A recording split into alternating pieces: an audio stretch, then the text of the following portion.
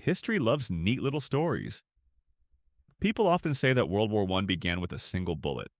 A man in an open car, one gunshot, and the world plunged into chaos. But what if I told you the real spark didn't come from a gun, but from a checkbook? Picture this: a quiet room in London, cigar smoke hanging in the air, stacks of paper on a polished wooden desk. A few men sit around the table, not generals, not politicians, bankers. And in their hands, not battle plans, but contracts. Loans worth billions in today's money. Those signatures, silent and invisible, funded both sides of the bloodiest war in human history. That war wasn't born from pride or patriotism. It was born from money, from a world drowning in debt.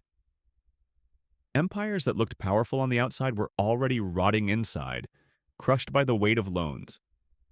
Each nation owed another, and those tangled debts pulled them all down together. I've always believed that war reveals what a society truly worships. And in 1914, it wasn't honor or justice. It was credit. Banks didn't need soldiers, they only needed signatures, and those signatures killed more people than any bullet ever could. So maybe the real story of World War I wasn't the gunshot in Sarajevo, but a deeper question. How far will humanity go? Not for power, not for glory, but for profit. Now, I want you to imagine this. Behind every colorful map of Europe's empires, where each shade marks another conquered land, lies a different truth. Everything was bought on credit.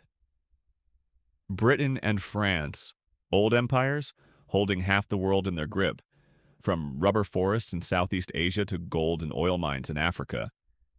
But to keep those colonies running, railways, fleets, fortresses, they spent more than they earned.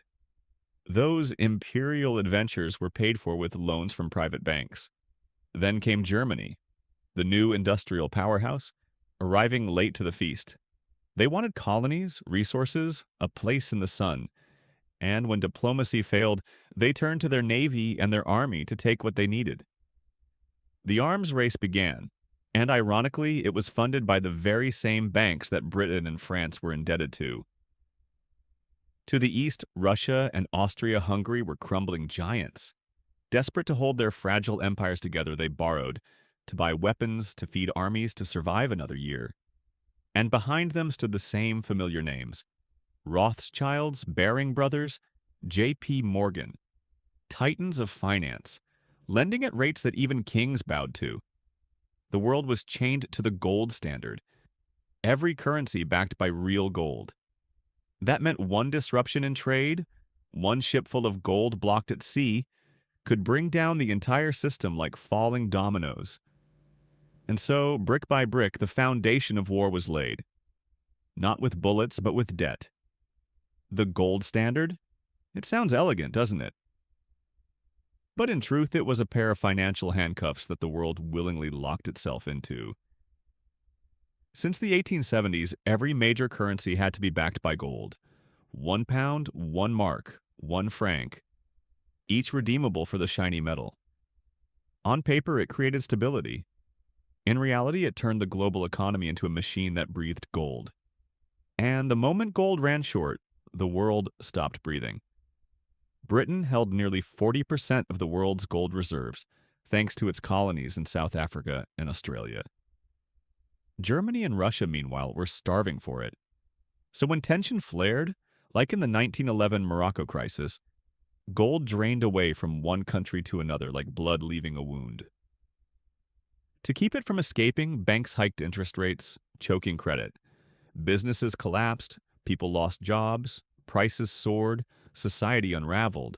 But instead of changing the system, the empires doubled down. They conquered more colonies, mined more gold, stripped more land, just to feed their addiction to the gold that enslaved them. It was a vicious loop. Less gold meant more war meant more debt. And step by step, the world was dragged to the edge. Not by hate, but by a financial rule once believed to be stable. When war broke out, the United States stayed neutral. President Wilson promised peace. Americans sighed in relief. That's Europe's problem, not ours. But one man saw something the rest of America didn't: profit.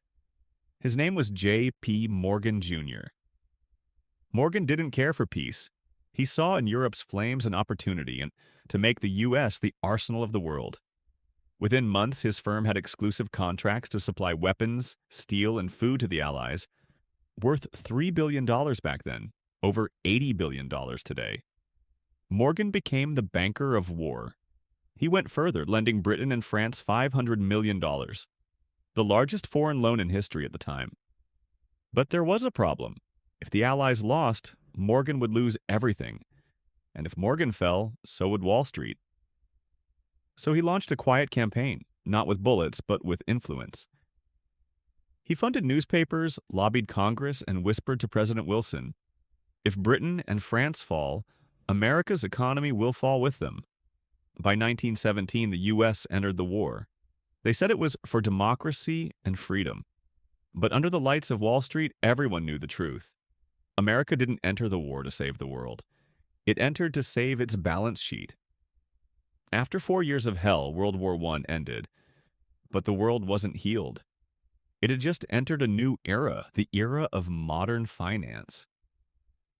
From the ashes of war rose a new order, one built on public debt, central banks, and credit-fueled conflict. The Rothschilds and Morgans never fired a bullet, yet they redrew the world map with their ledgers. The victors drowned in interest payments, and the defeated rose again. Through new debt, new loans, new wars.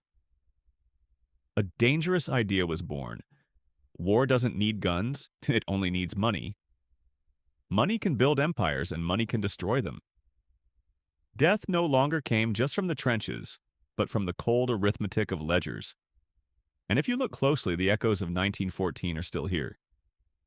Every sanction, every debt crisis, every IMF bailout, all trace their roots back to that same system.